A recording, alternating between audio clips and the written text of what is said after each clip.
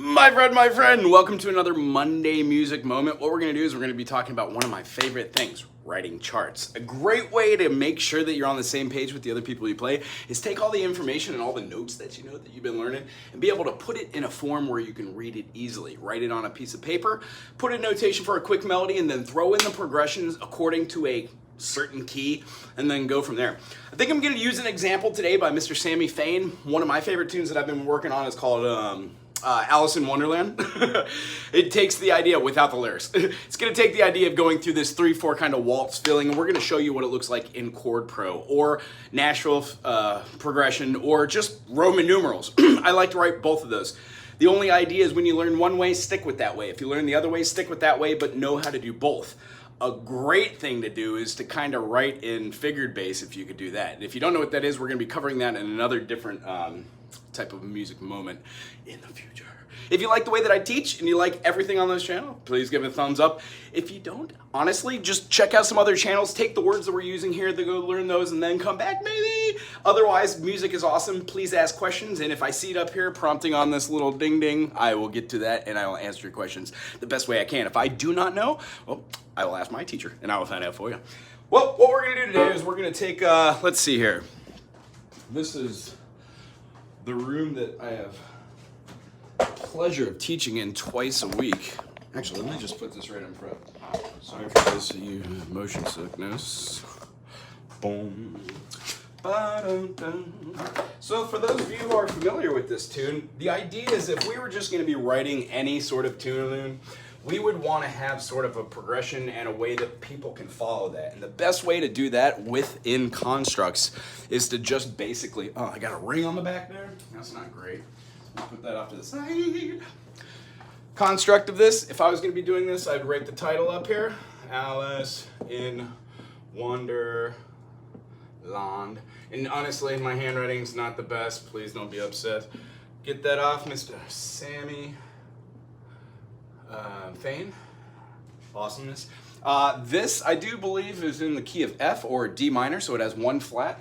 What I like to do is I just put one flat here so I know what we're doing. That's not necessary, but it's a great thing to do if you're just trying to read a chart quick off the bat.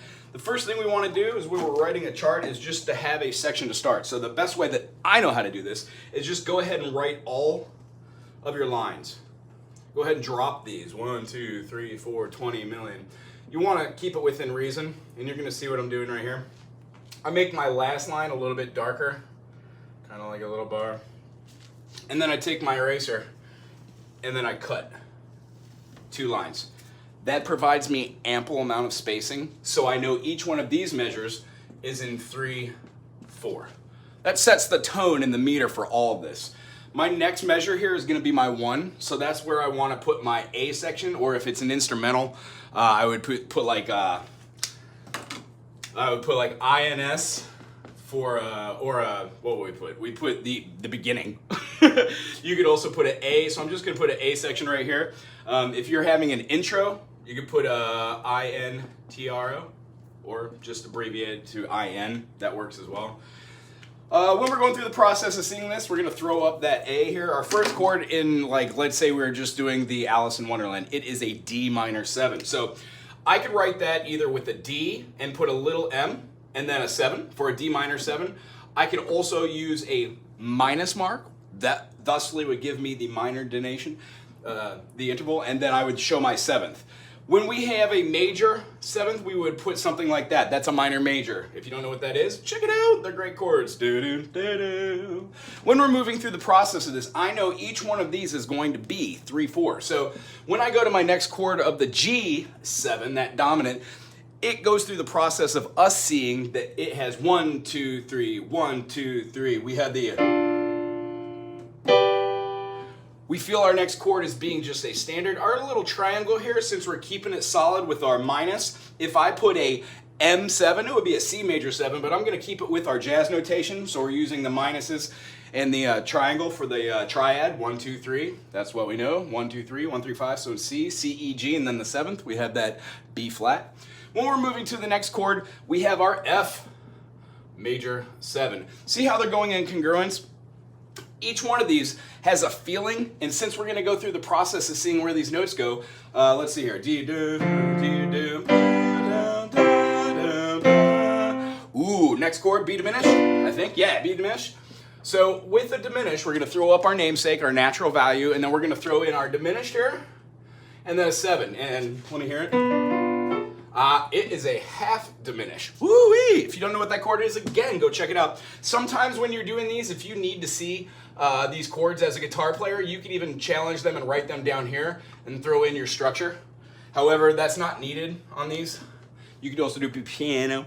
Anywho, I digress. Going through, let's just write out what we're gonna have through the chord progression here.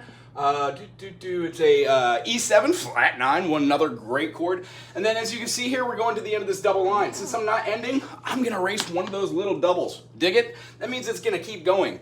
You'll notice when you get to the end of your measure, that's when you're gonna want that double line to show where you're stopping. I'm just gonna go ahead and complete the idea here. What do we have? We have our E7 flat 9, and then A minor 7, E7 flat 11, I believe. Yes, and then we're gonna be going to D7 again to complete the idea. Now, I could do a repeat here, but I don't want to. I want to write it all the way out. As you can tell, none of these are changing in and out of different movements. And the way that I wrote it here, it just so happens the same feeling lines up twice. You'll notice when you write only in 5 measures, the piece becomes awfully long. So try to keep it a little bit wide if you have the opportunity to do it. It's much easier to read in a group setting. E minor, and then we're gonna throw in the E minor. Then we're gonna go to an A minor 7. Woo! Not the minor major right there. We can throw in a chord that has that. The feeling here should be staying relative with all the minors and the majors. So if you find that you have a D minor in here without a 7, you're probably missing your notation. It is always good school of thought just to go through that process and go, oh, I understand this, where this is going. Now for this, at the end here, I know that this has 2 different ways to get in and out of it. One does a repeat. So what we like to do with those repeats is when we get to the end of the bar where it completes the phrasing or the thought, where it has the do do do do do do. We're gonna be going to an E minor 7. Woo! Have that C on top. First time we do that E minor 7, erase that bar there. I'm gonna go up here and throw an instruction to have the first time through, right? So we do a little whoop and put a 1 up there. First time we're gonna go through here, it's gonna go to the E, or make sure to get rid of one of your double bars so you're just going to the next measure. As we're doing, we're gonna go through the process of seeing where it's gonna go. It's gonna go to an A7. That's where the catch of this song is. It moves from that E minor 7 to the A minor 7, right? And then it has that same catch going back through with the D minor, G, E minor 7 to an A7. That's the coolest part about this. At the end of this, we then repeat this whole process. So at the end of this A7, I'm gonna put these 2 little brackets, 2 little dots, and then wherever the beginning of the phrasing is, which just so happens to be at the beginning of the song, I'm gonna put the same thing. That means to repeat when you put these brackets. Thusly, when you go through this whole process, you're gonna have a first time, and then you guessed it, a second time. First time you go through, you do it up to here, go through, bam, go right up to the top. Then you're gonna take it like a little portal right back to here and follow that. So follow it twice, come back right to here. And then the next time you're gonna do that same movement, except for after the G7, you're not gonna play the E7, you're gonna go right directly down here to a C major 7. And you'll notice that it's wonderful. I'm gonna show you another sign here, which is gonna be great. This just means to repeat the last bar. At this point, I know that that is the end of my phrasing here. What I'm gonna do is I'm gonna take this, get rid of all the other measures, and what you've seen here is how to create an A section for this song. This is chart writing 101. This on a piece of paper would represent to somebody to sit directly down and do a quick overview of what's happening no matter what instrument they're on. Here's got a guitar. And be able to D minor, G7, C major 7, F major 7, B flat diminished, E7 flat 9, A7, and then we were gonna have our E7 with a flat 11, counting up.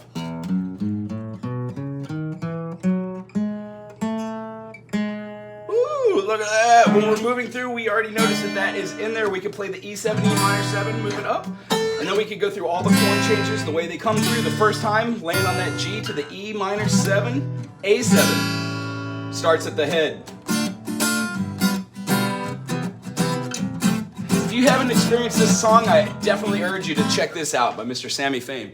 Tell you what, we're only going to be able to do the first part of this in chart writing. I'm going to break this into a 2-part series. If you enjoyed what you just saw here, please subscribe. This is going to help in the long run. You really only have to know that it isn't a key. The key we have is F major or D minor. F major, G minor, we're going to have A minor, B flat major, C major, D minor, and then E diminished.